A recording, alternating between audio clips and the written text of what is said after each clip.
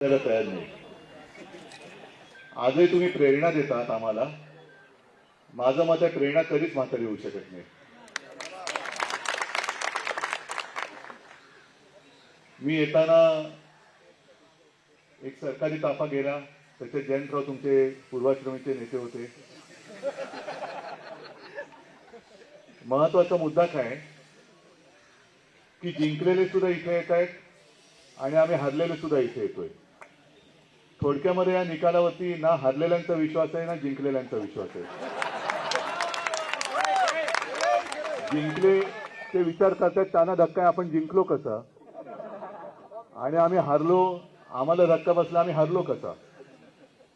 याचं कारण स्पष्ट आहे की जे आता आमच्याकडनं आपण वधून घेतलं की सत्यमेव जयते, आता सत्तामेव जयते सुरू झालेलं आहे आणि त्याच्या विरोधात आपण उभे राहिलेलो आहोत. ठीक आहे, आत्ताची सुरुवात आहे.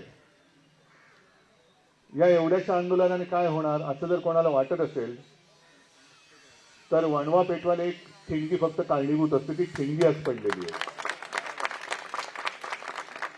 पैशाचा अमाप वापर झाला हे आपल्याही कानावरती आलं.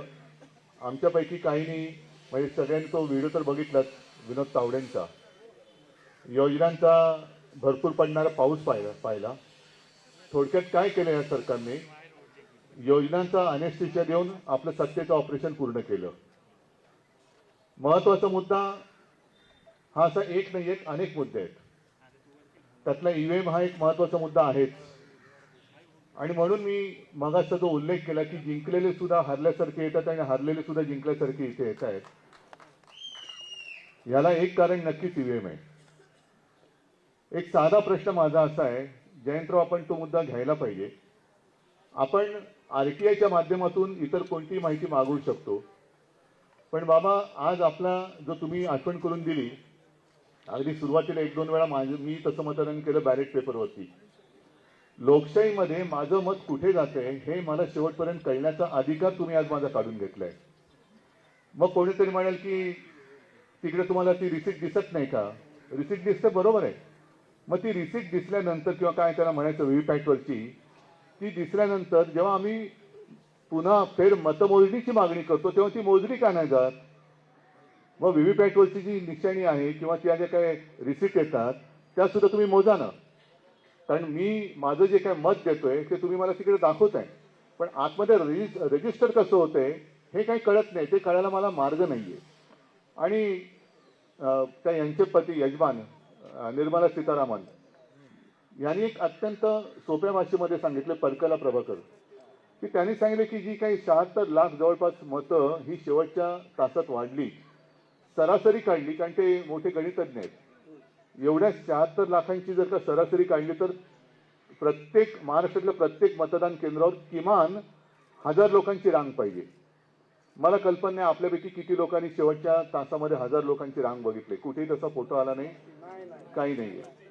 आणि सगळ्यात महत्वाचं म्हणजे आज एवढं मी 500 पेक्षा जास्त राक्षसी बहुमत मिळाल्यानंतर महाराष्ट्रात आनंदोत्सव का नाही? सगळ्यांची चेहरे हे असे विस्मयकारक काय आहेत? एवढं राक्षसी बहुमत मिळाल्यानंतर सुद्धा काही जणांना शेतात पूजा अर्चा करायला जावं का लागतंय? राजभवनवरती जायला पाहिजे. आम्ही तर गेलो होतो, आमचं तर काय, आम्ही 25-30 वर्ष एकमेकाच्या विरोधातच लढलेली माणसं होतो. पण जेव्हा आमची महाविकास आघाडी झाली तेव्हा पहिल्या प्रथम, तेव्हा तर काय राष्ट्रपती राजवट लावली होती. आज कोणी दावा केलेला नाही. विधानसभेची मुदत संपून गेलेली आहे तरी राष्ट्रपती राजवट का लागली गेलेली नाही? ह्या सगळ्या प्रश्नाचं उत्तर कोणाकडेच नाहीये. आणि एवढं बहुमत मिळाल्यानंतर सुद्धा राजभवनावरती जायच्याऐवजी लोक शेतात का जातात? अमावस्येचा मुहूर्त का घेतात? अजूनही दावा का केला जात नाही? हा महत्वाचा प्रश्न आहे. मग यांची थोडक्यामध्ये यातनं मानसिकता कळते की यांना सरकारी न्यायचं असं कधी वाटलं नव्हतं. त्याच्यामुळे मुख्यमंत्री कोण होणार, मंत्रिमंडळात कोण येणार याची काहीच तयारी नव्हती. आणि ती नव्हती म्हणून आता जसं जागा वाटपामध्ये वेळ लागतोय तसं या सगळ्या वाटपामध्ये वेळ लागतोय.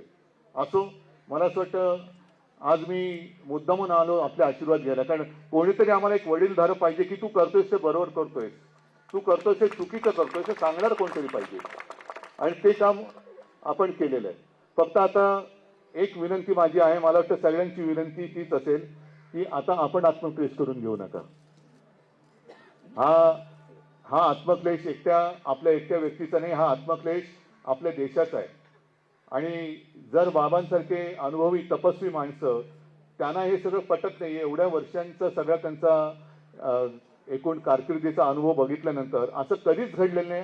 असा माणूस जेव्हा सांगतो तेव्हा आपण पुढे जाणार आहोत की नाही, तर नुसतं त्यांना भेटायचं, आपण इकडे संविधान वाचवलंच पाहिजे, भारत माता की जय, वंदे मातरम आणि हम सब एक है. नाही, हम सब एक आहोत, तर ते एक आता संपूर्ण देशभर दिसलं पाहिजे, संपूर्ण देशभर दिसलं पाहिजे. नाहीतर ह्या अशा आंदोलनाला लोक म्हणतील ठीक आहे, केलंच आंदोलन, पुढे काय. तर हे जनतेसाठी हे आंदोलन आहे. आणि माझं तर मत आहे जयंतराव, आपण आपल्या महाविकास आघाडीकडनं पूर्ण राज्यभर हे आंदोलन नेलं पाहिजे, पूर्ण राज्यभर. बघू ना किती लोकांना ज्यांना वाटते की नाही मी मत दिलेलं आहे, बरोबर दिलेलं आहे, ते येणार नाहीत. पण ज्यांना वाटते की नाही काहीतरी गडबड झाले, ते आपल्यासोबत येतील.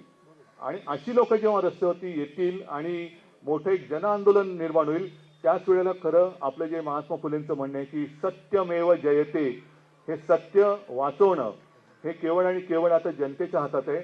आणि मला खात्री आहे महाराष्ट्र हा असा काही लेचापेचा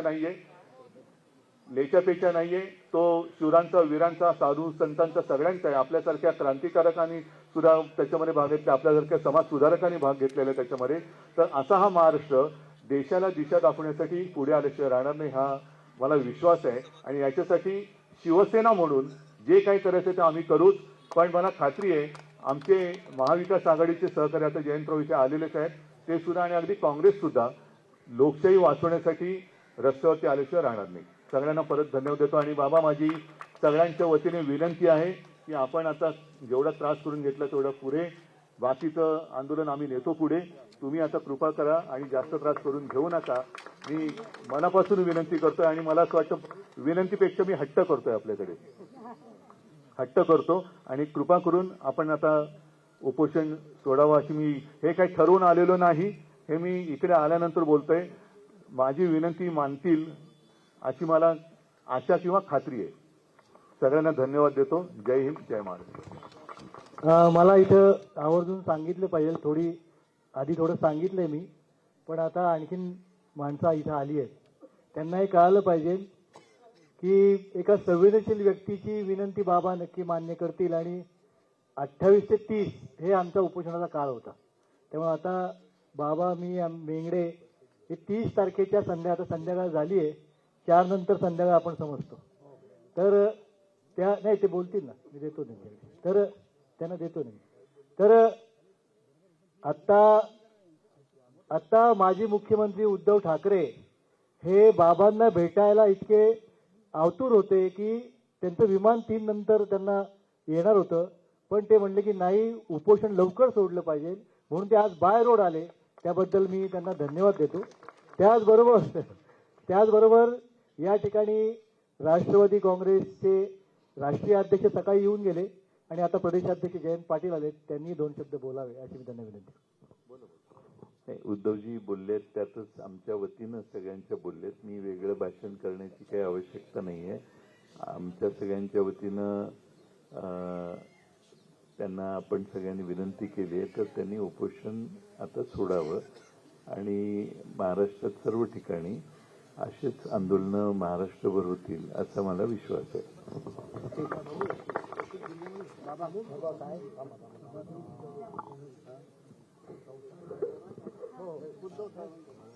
Thank you.